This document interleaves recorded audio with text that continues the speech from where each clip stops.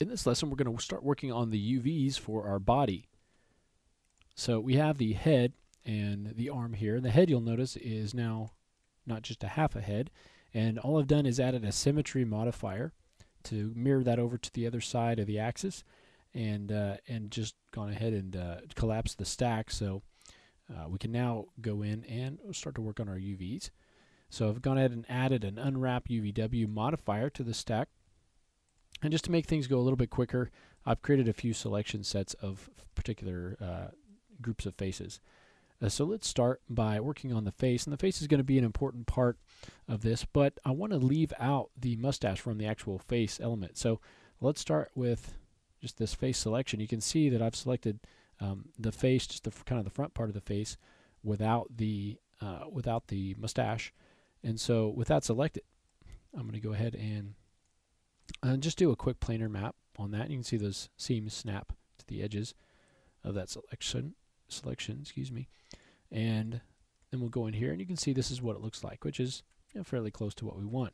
But I'm going to go ahead and just relax it a little bit. So we'll go to Tools, Relax. I'm going to go by Face Angle. I'm going to dial the iterations down to 50. I'll start that relax and then stop it. Okay. I want to make sure that I leave a gap right here where that mustache was, so that there's no overlap here. And then up in here on the eyes, I just want to go ahead and make sure that there's no overlap here.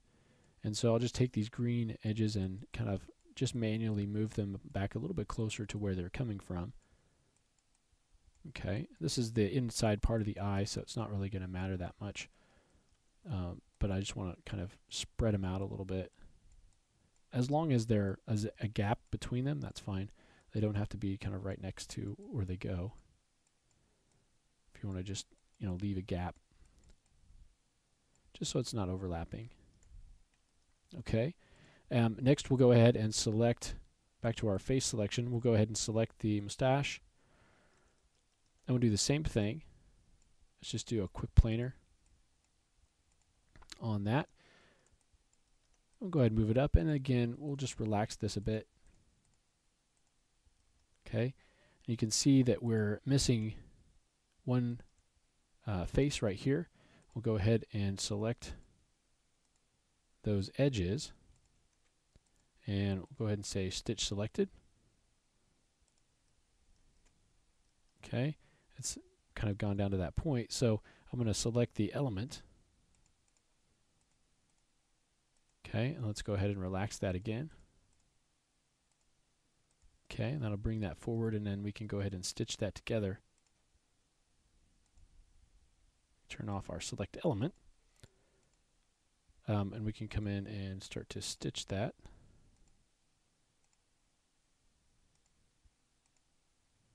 Together. And then if we want to select those points and go ahead and relax those, we can fix that up. Alright, so we'll go ahead and now move this down, and we'll call this our done area. All of our other UVs are kind of smashed together over here, so let's now do the ears. So back to a face selection. We'll get the ears, and again, they're facing both directions here. So I'm going to go ahead and do a quick planar. Got those in there. Now on this one, I'm going to go ahead and start by just trying to relax that a bit. You can do face or edge angles here, and this is going to be the rest of the head, so I'll go ahead and leave this for now. I'll get the other ear. Now if we go ahead and relax it at this point, you can see it there. Okay. Now you can see where we've got maybe some areas that are sort of overlapping a little bit. It may help if you actually cut apart a couple of these edges. We can start, if we want to find out kind of where we can cut it, we can sort of start to space some of these out a little bit. And so, maybe kind of right in here, if we take a look at this, we undo that. This is that line right down there. So I'm actually going to cut it kind of back in the back here. And you just want to give it a little bit more room to expand. So I'm going to go ahead and select a few of these edges and down into there.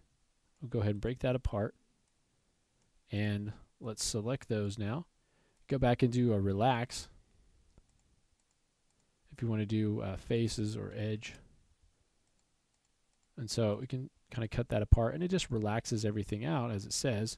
But having that cut apart gives it a little bit of room to expand. Okay, and so I'll just try to eliminate any of these pieces that are falling off here.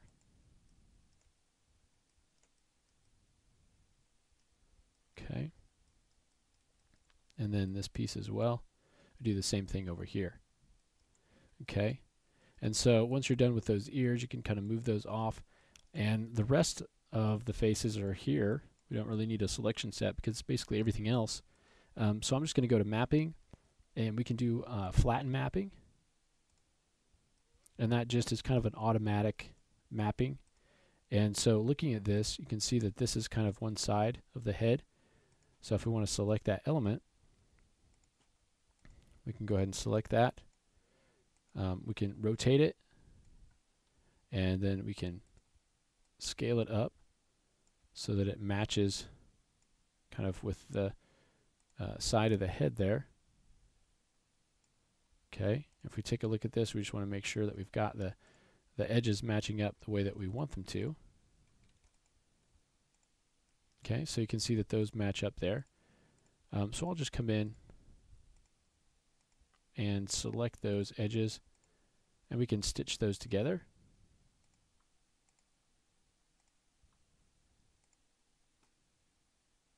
And then down there, do the same sort of thing. And then we just repeat that process on the other side. Select that element,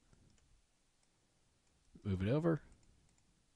We will rotate it and scale it up so it kind of matches with the shell that we've got there.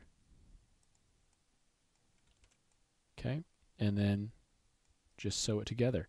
And then we've got the kind of the top of the head, which I believe is going to be these pieces here. So looking at this, this is going to be attached to the top here.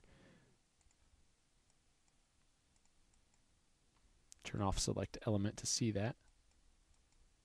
Okay, and so we would want to kind of rotate this around like that.